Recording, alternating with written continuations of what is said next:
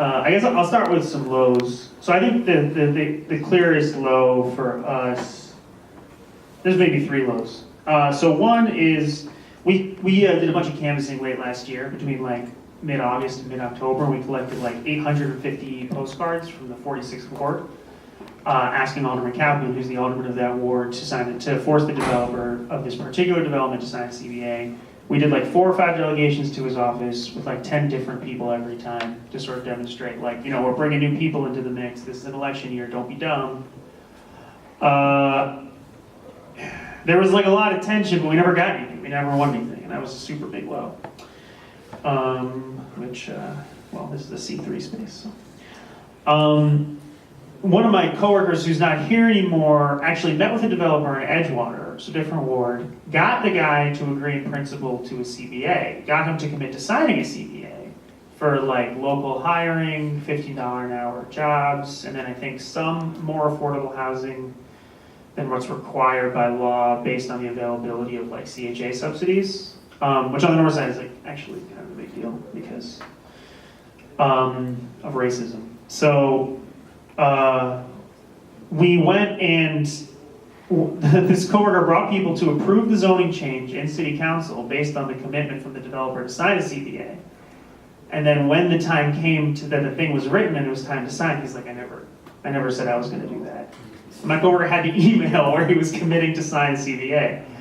And the alderman was like, well, we'll settle for a memorandum of understanding, which is not a contract.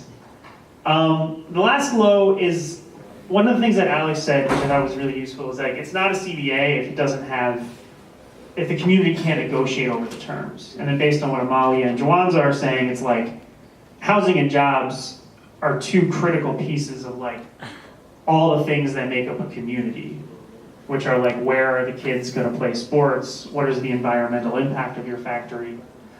So when we were looking at like, so I had said previously that we realized we couldn't really win one-off developments, and even if we did win a one-off development, we'd still be losing. So when we were trying to come up with a law, we were trying to ask this question, like, well, what would it look like to legislate a process where developers have to negotiate with community members? And it is not simple. Because if you have just like straight up elections, that really provides an opportunity for developers to flood them with money. But like if you don't have straight up elections and you let like somebody appoint them, it's like, well, who appoints them? Like in Detroit, they passed an ordinance that legislated a negotiation process, but like the city council or the mayor of Detroit appoints the people, so community members have 0 power over the process. So we actually still haven't even figured out what that would look like. So in the short term, what we're just fighting for is legislation to require affordable housing in new developments, and discussing with our partners what that would look like on the job side. So those are some lows. Let's leave depression land and go to the highs. So in May, we had a convention with 900 of our members across the north side of Chicago.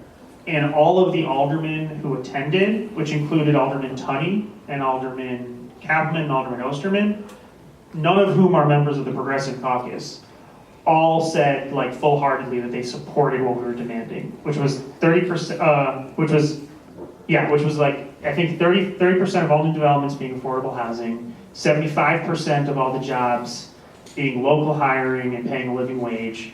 We had some other demands as well. And obviously they were lying, right? Maybe with the exception of Osterman. But it was just like a heartening reminder that like, you know, they're scared enough in an election year to lie, and that gives us a really powerful opportunity to hold them accountable. So we're going to be meeting with Alderman Kaplan tomorrow and saying, hey, we're pushing an ordinance now, which, you know, you can sign, this is in your power. So it'll be, that was a high. Another high was we had a building around the corner from our office, an SRO hotel, with about 150 people that was bought a year ago by a developer. The same developer actually that committed to signing our CBA and then lied and didn't do it. And we just wrapped up a settlement there, which is worth about $300,000 to cover 150 tenants, which maybe sounds like a lot, maybe it doesn't. It's not really enough to get rehoused, but it was nice that he had to pay that money. 25 subsidized units in the new development. And I think the coolest thing, not the coolest thing, the thing that was best about this was the reason we were able to get anything out of this was because we forced the city to file an injunction against the developer, an injunction against evictions, which which no tenant association I've organized has ever been able to accomplish.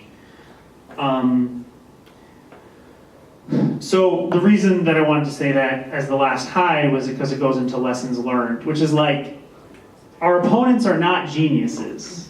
Like, I think we have this like tendency to say like, oh, Ram is like some evil genius and he's the puppet master and he's controlling everything and he's like 10 steps ahead of us in like 4-dimensional chess. And like, maybe not, I don't know, but like, Amalia's dealt with like 2 developers who came in and were like, we're gonna do this amazing thing, and then both of them didn't pan out. They don't know where to put a freaking baseball field, like in the Obama Library development.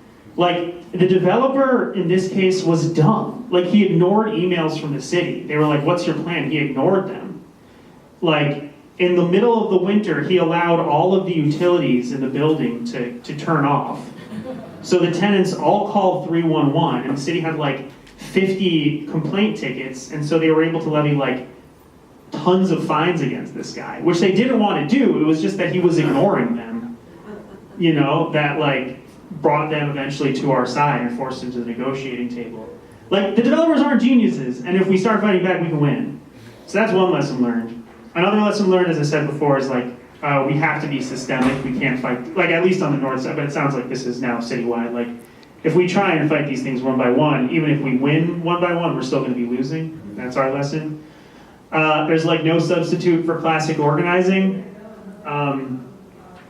Aldermen still run the city, and most aldermen don't win their elections by more than like 200 or 300 votes, and very often it's less than that. Like, we can organize 200 or 300 people in a ward. Last but not least, this is complicated. I just think aldermanic prerogative is nuanced. It's definitely bad, like no question about that. But the only solutions I've seen for aldermanic prerogative were in an ordinance that the mayor pushed in 2015 or 16 called the Transit Development Ordinance, where he would be able to appoint a zoning administrator. So that instead of aldermanic prerogative, the mayor would appoint someone who would control zoning. So aldermanic prerogative is definitely bad, but I think we just have to be aware of solutions that empower the mayor further to make unilaterals.